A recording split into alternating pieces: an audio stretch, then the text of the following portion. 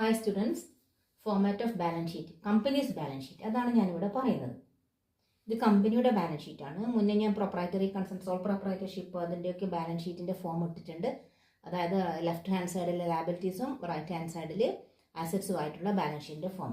ഇതങ്ങനെയല്ല, ഇത് സ്റ്റേറ്റ്മെൻറ്റ് ഫോമാണ്. അപ്പോൾ ഇങ്ങനെ ചെയ്ത് നോക്കാം. ആദ്യം ബാലൻസ് ഷീറ്റ്, അത് ഹെഡിങ് കൊടുക്കണം. Balance sheet asset, date, month and year. അതിനുശേഷം particulars, note number and amount. പിന്നെ നമ്മൾ ഫസ്റ്റ് ചെയ്യേണ്ടത് ലയബിലിറ്റി സൈഡിൽ വരുന്ന ഐറ്റംസ് ആണ്. ലയബിലിറ്റീസ് എന്തൊക്കെയാണ് അതാണ് വരുന്നത്. അപ്പോൾ ഫസ്റ്റ് വരുന്നത് നോട്ട് നമ്പർ എന്താണെന്ന് ഞാൻ പറയാം. ഇക്വിറ്റി ആൻഡ് ലയബിലിറ്റീസ് ആണ് ഫസ്റ്റ് വരുന്ന ഐറ്റം. നമ്പർ വരുന്നത് ഫസ്റ്റ് വരുന്ന ഐറ്റം, അതായത് equity and liabilities first, second assets, അങ്ങനെയാണ് വരുന്നത്. അപ്പോൾ ഈ ഫസ്റ്റ് പാർട്ടിൽ വരുന്ന ഇക്വിറ്റി ആൻഡ് ലയബിലിറ്റീസിലെ വരുന്ന ഐറ്റംസ് ആണ്. ഒന്ന് share holders fund. Share holder എന്താണെന്ന് അറിയാം. ഷെയർ ഹോൾഡറാണ് കമ്പനിയുടെ ഓണേഴ്സ്. ഷെയർ ഹോൾഡേഴ്സിൻ്റെ അടുത്ത് കിട്ടുന്ന പൈസയാണ് ഷെയർ ക്യാപിറ്റൽ. അപ്പോൾ ഷെയർ ഹോൾഡേഴ്സ് ഫണ്ടിൽ വരുന്നത് ഷെയർ ക്യാപിറ്റൽ. ഷെയർ ക്യാപിറ്റൽ എന്താണെന്ന് അറിയാം. റിസർവ്സ് ആൻഡ് സർപ്ലസ് അതെന്താണെന്ന് അറിയാം. മണി received against share warrant. Share വാറണ്ടിൽ കിട്ടിയ മണി, അതായത് ഒന്നുകിൽ അത് എംപ്ലോയീസ് അല്ലെങ്കിൽ പ്രൊമോട്ടേഴ്സ്, അവർക്കൊക്കെയാണ് കമ്പനി സാധാരണയായിട്ട് ഷെയർ വാറണ്ട് ഇഷ്യൂ ചെയ്യുക. അപ്പോൾ ഫ്യൂച്ചറിൽ ഷെയർ ഇഷ്യൂ ചെയ്യുകയാണെങ്കിൽ ഈ ഷെയർ വാറണ്ട് ഇഷ്യൂ ചെയ്ത് കഴിഞ്ഞാൽ അതിന് ഫ്യൂച്ചർ ഇഷ്യൂ ചെയ്യുന്ന ഷെയറിൻ്റെ ഒരു പാർട്ട് പേയ്മെൻറ്റ് അവരുടെ അടുത്ത്, അതായത് ഷെയർ വാങ്ങുന്നതിന് മുന്നേ തന്നെ ഒരു പാർട്ട് പേയ്മെൻറ്റ് കമ്പനിക്ക് കിട്ടിയിട്ടുണ്ടാവും. അതായത് 100 rupees ആണ് ഫ്യൂച്ചറിൽ ഇഷ്യൂ ചെയ്യുന്ന ഷെയറിൻ്റെ വാല്യൂ എങ്കിൽ അതിന് 20% കമ്പനിക്ക് ഷെയർ വാറണ്ട് ഇഷ്യൂ ചെയ്ത് കിട്ടുവാണെങ്കിൽ അതാണ് money received against share warrant. Then second വരുന്നത് share application money pending allotment. അതായത് ആപ്ലിക്കേഷൻ മണി കിട്ടി, ഷെയർ ഇഷ്യൂ ചെയ്തിട്ട് ആപ്ലിക്കേഷൻ മണി കിട്ടി, പക്ഷേ അലോട്ട്മെൻറ്റ് ചെയ്തിട്ടില്ല. അത് അലോട്ട്മെൻറ്റ് പെൻഡിങ്ങിലാണ് ഉള്ളത്. അത് പ്രോസസ്സിങ് ആയിരിക്കാം ചിലപ്പം. അങ്ങനെയുള്ളതാണ് share application money pending allotment. Then non current liabilities. Non current liabilities എന്ന് പറഞ്ഞാൽ 12 months കൂടുതൽ പീരീഡിൽ, അതായത് റീപേയ്മെൻറ്റ് നടന്നത് 12 months അടക്കമായിരിക്കില്ല, 1 year more than 1 year വരുമ്പോൾ അതാണ് നോൺ കറണ്ട് ലയബിലിറ്റീസ്. അതിൽ ലോങ് ടേം ബോറോയിങ്സ് വരാം. Deferred tax liabilities. Deferred tax liabilities എന്ന് പറഞ്ഞാൽ ടാക്സ്, അതായത് ഫ്യൂച്ചറിൽ, അതായത് ടാക്സ് പേയ്മെൻറ്റ്, അതായത് ഫ്യൂച്ചറിൽ എന്തെങ്കിലും ടാക്സ് പേ ചെയ്യാനുണ്ടെങ്കിൽ അതെങ്ങനെയാണ് വരുന്നതെന്ന് പറഞ്ഞാൽ അക്കൗണ്ടിങ് ഇൻകം, അതായത് ടാക്സബിൾ ഇൻകം അക്കൗണ്ടിങ് ഇൻകം തമ്മിൽ ഡിഫറൻസ് ഉണ്ടെങ്കിൽ അതിൽ വരുന്ന അതുകൊണ്ട് ടാക്സ് കൊടുക്കേണ്ടെങ്കിൽ അതാണ് deferred tax liabilities. Then other long term liabilities. Other long term liabilities എന്താണെന്ന് അറിയാലോ. Then long term provisions. Then current liabilities. Current ലയബിലിറ്റീസിൽ വരുന്നത് വിത്തിൻ 1 year റീപേ ചെയ്യേണ്ട ലയബിലിറ്റിയാണ് current liabilities. Short term borrowings, trade payable, other current liabilities, short term provision. അപ്പോൾ ഇത്രയാണ് ലയബിലിറ്റീസിൽ വരുന്ന items. പക്ഷേ ഇതിൻ്റെയൊക്കെ ഡീറ്റെയിൽസ് ചിലപ്പം കൊടുക്കേണ്ടതായിട്ട് വരും. ഷെയർ ക്യാപിറ്റൽ എന്ന് പറയുമ്പോൾ ഷെയർ ക്യാപിറ്റൽ പല ഇതിൽ വരുന്നുണ്ട്. അതായത് authorised, issued, subscribed, called up and paid up എന്ന് പറഞ്ഞിട്ട് ഷെയർ ക്യാപിറ്റൽ വരാം. അതുപോലെ റിസർവ്സ് ആൻഡ് സർപ്ലസിലും ചിലപ്പം ഡീറ്റെയിൽഡ് ഐറ്റംസ്, വീണ്ടും മറ്റുള്ള പല ഐറ്റംസും ചേർന്നിട്ടുള്ള നെറ്റ് എമൗണ്ട് ആയിരിക്കും ഇവിടെ കൊടുത്തിട്ടുണ്ടായിരിക്കുക. അങ്ങനെ വരുമ്പം അതിൻ്റെയൊക്കെ ഡീറ്റെയിൽസ് കാണിക്കാനായിട്ട് നമ്മൾ നോട്ട്സ് ടു അക്കൗണ്ട്സ് എന്ന് പറഞ്ഞിട്ട് വേറെ ഒരു സ്റ്റേറ്റ്മെൻറ്റ് പ്രിപ്പയർ ചെയ്യും. അതായത് ഷെയർ ക്യാപിറ്റലിൽ എങ്ങനെയാണ് ഷെയർ ക്യാപിറ്റൽ, ഇവിടെ ഇപ്പോൾ നെറ്റ് എമൗണ്ട് ഉണ്ടായിരിക്കുക.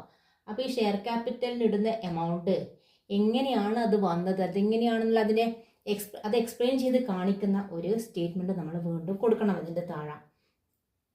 അപ്പോൾ അത് കൊടുക്കുമ്പം ഇത് ഒന്നാമത്തെ ഇതിൻ്റെ ഡീറ്റെയിൽസ്, അതായത് ഇത് എക്സ്പ്ലെയിൻ ചെയ്യുന്ന ഫസ്റ്റ് എക്സ്പ്ലെയിൻ ചെയ്യുന്നത് ഷെയർ ക്യാപിറ്റൽ ആണെങ്കിൽ ഈ നോട്ട് നമ്പറിൻ്റെ താഴെയുടെ നോട്ട് നമ്പർ 1 ഇട്ട് കൊടുക്കുക.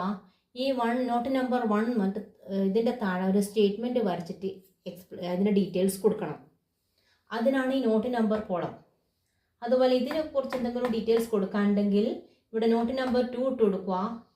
നോട്ട് നമ്പർ 2 എക്സ്പ്ലെയിൻ ചെയ്യുന്ന, അല്ലെങ്കിൽ അതിൻ്റെ അതിൽ വരുന്ന ഐറ്റംസ് എന്തൊക്കെയാണെന്ന് കാണിക്കുന്നത് താഴെ വേറൊരു സ്റ്റേറ്റ്മെൻറ്റ് വരച്ചിട്ട്, അല്ലെങ്കിൽ വേറൊരു സ്റ്റേറ്റ്മെൻറ്റിൽ ആ സ്റ്റേറ്റ്മെൻറ്റിൽ തന്നെയാണെങ്കിൽ നോട്ട് നമ്പർ 2 എന്ന് പറഞ്ഞിട്ട് വേറെ ഒന്ന് കാണിക്കുക. അതിനാണ് ഈ നോട്ട് നമ്പർ കോളം. അപ്പോൾ ഇവിടെ ഒരു 1 ഉണ്ടെങ്കിൽ അതിൻ്റെ എക്സ്പ്ലനേഷൻ താഴെ ഉണ്ടായിരിക്കും, നമുക്ക് മനസ്സിലാക്കാൻ പറ്റണം. താഴെ അതിൻ്റെ സ്റ്റേറ്റ്മെൻറ്റിൽ അത് കാണിച്ചിരിക്കും. അതിനാണ് ഈ നോട്ട് നമ്പർ ഇട്ട് കൊടുക്കുന്നത്. അപ്പോൾ ഏതിൻ്റെയൊക്കെ ഡീറ്റെയിൽസ് കാണിക്കണോ അതിൻ്റെയൊക്കെ ഡീറ്റെയിൽസ് നമ്മൾ താഴെ കാണിക്കുന്നുണ്ടെങ്കിൽ അത് 1 by 1 ആയിട്ട് ഇവിടെ 1 2 3 4 അങ്ങനെ നമ്പർ വൈസിൽ ഇട്ട് കൊടുക്കുക ചെയ്യാം. അപ്പോൾ ലാബിലിറ്റി സൈഡ് ടോട്ടൽ ചെയ്യാം.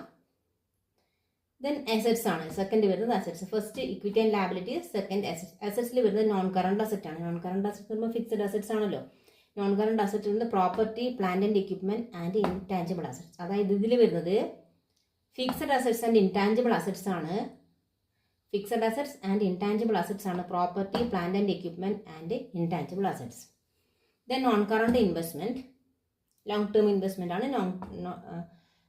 Non current investment. Then deferred tax asset. ഇവിടെ ഡെഫേർഡ് ടാക്സ് ലാബിലിറ്റി ഉണ്ടായിരുന്നു. അതായത് ഫ്യൂച്ചറിൽ ടാക്സബിൾ പേയബിൾ ഉണ്ടെങ്കിൽ, ടാക്സ് പേയബിൾ ഉണ്ടെങ്കിൽ ലാബിലിറ്റി ആയിട്ട് പറയും. ചിലപ്പോൾ നമുക്ക് ടാക്സ് ഇതിൽ ഇങ്ങോട്ടേക്ക് വരാനായിരിക്കും ഉണ്ടായിരിക്കും, അത് കിട്ടാനായിട്ടായിരിക്കും റിസീവബിൾ ആയിരിക്കും. അതായത് അക്കൗണ്ടിങ് ഇൻകം ടാക്സബിൾ ഇൻകം തമ്മിൽ ഡിഫറൻസിൽ ടാക്സ് ബെനിഫിറ്റ് റിയലൈസ് കിട്ടാനുണ്ടെങ്കിൽ അതാണ് ഡെഫേർഡ് ടാക്സ് അസറ്റ്സ് വരുന്നത്. Then long term loans and advances. Long term loans and advance പറഞ്ഞാൽ കമ്പനി എടുത്തതല്ല, കമ്പനി കൊടുത്തതാണ്, അസറ്റ് സൈഡിൽ വരുന്നതാണ്. ഇവിടെ വരുന്നത് കമ്പനി ബോറോ ചെയ്തതാണ് ലാബിലിറ്റി സൈഡിൽ വരിക. കമ്പനി ലെൻഡ് ചെയ്തത്, കമ്പനി കൊടുത്തതാണ് ഈ അസറ്റ് സൈഡിൽ വരിക. കമ്പനി അതായത് മറ്റുള്ള കമ്പനീസിന് വേണ്ടി ലോൺ കൊടുത്തിട്ട് അല്ലെങ്കിൽ മറ്റുള്ള ഏതെങ്കിലും ഔട്ട്സൈഡേഴ്സിന് ലോൺ കൊടുക്കുകയാണെങ്കിൽ അതാണ് ലോങ് ടേം ലോൺസ് ആൻഡ് അഡ്വാൻസിൽ വരുന്നത്. Then other non current assets. പിന്നെ അസറ്റ്സിൽ സെക്കൻഡ് വരുന്നത് കറണ്ട് അസറ്റ്സ് ആണ്. കറണ്ട് ഇൻവെസ്റ്റ്മെൻറ്റ് വരാം. Then inventories. ഇൻവെൻറ്ററീസ് എന്ന് പറഞ്ഞാൽ സ്റ്റോക്ക് ആയിട്ടാണ് വരുന്നത്. Then trade receivables, cash and bank balance, short term loans and advances, other current assets. ഇത്രയാണ് അസറ്റ്സിൽ വരുന്നത്. ഇവിടെ ടോട്ടൽ ഇട്ട് കൊടുക്കുക. അപ്പോൾ ഈ ലാബിലിറ്റീസ് ടോട്ടലും അസറ്റ്സ് ടോട്ടലും ഈക്വൽ ആയിരിക്കണം. അപ്പോൾ ഇതിലും ചിലപ്പം എക്സ്പ്ലെയിൻ ചെയ്യാനുണ്ടെങ്കിൽ നോട്ട് നമ്പർ ഇട്ട് കൊടുക്കുക. താഴെ അതിൽ എക്സ്പ്ലെയിൻ ചെയ്യുന്ന ഒരു നോട്ട് വരച്ചിട്ട് അതിൽ കാണിക്കാൻ വേണ്ട സ്റ്റേറ്റ്മെൻറ്റ് വരച്ചിട്ട് അതിൽ അതിൻ്റെ എക്സ്പ്ലെയിൻ ചെയ്ത് കൊടുക്കുകയാണ് വേണ്ടത്. അപ്പോൾ നോട്ട് നമ്പർ എങ്ങനെയാണോ ഇവിടെ ഏതൊക്കെ നോട്ട് നമ്പർ ഇട്ടിട്ടുണ്ടോ അതിൻ്റെയൊക്കെ എക്സ്പ്ലനേഷൻ താഴെ ഉണ്ടായിരിക്കണം. ഓക്കെ, അതായത് ഈ ഷെയർ ക്യാപിറ്റൽ അല്ലെങ്കിൽ ഷെയർ ഹോൾഡേഴ്സ് ഫണ്ട് അതിൻ്റെ ഡീറ്റെയിൽസ് കാണിക്കുന്ന ഒരു നോട്ട് നമ്പറോ വെച്ചിട്ടുള്ള വീഡിയോ ഞാൻ അടുത്ത ഇത് ഫുള്ളായിട്ട് ഇടാൻ പറ്റില്ല. കാരണം ഇത് ഫുള്ളിന് നോട്ട്സ് ഇടുമ്പോഴത്തേക്ക് ഇടാൻ നോക്കുവാണെങ്കിൽ വീഡിയോ കൂടുതൽ ലോങ് ആയി പോകും. അതുകൊണ്ട് ഫസ്റ്റ് പാർട്ട് അങ്ങനെ കുറച്ചായിട്ട് ഞാൻ നോട്ട് ടു അക്കൗണ്ട്സ് ചെയ്യുന്ന വീഡിയോ ഇടാം. ഓക്കെ, അപ്പോൾ ഇത് മനസ്സിലായിട്ടുണ്ടാവുമെന്ന് വിചാരിക്കുന്നു. വീഡിയോ ഇഷ്ടമുണ്ടെങ്കിൽ ലൈക്ക് ചെയ്യുക, ഷെയർ ചെയ്യുക, സബ്സ്ക്രൈബ് ചെയ്യുക. എന്തെങ്കിലും ഡൗട്ട് ഉണ്ടെങ്കിൽ കമൻറ്റിലിടാം. ഓക്കെ.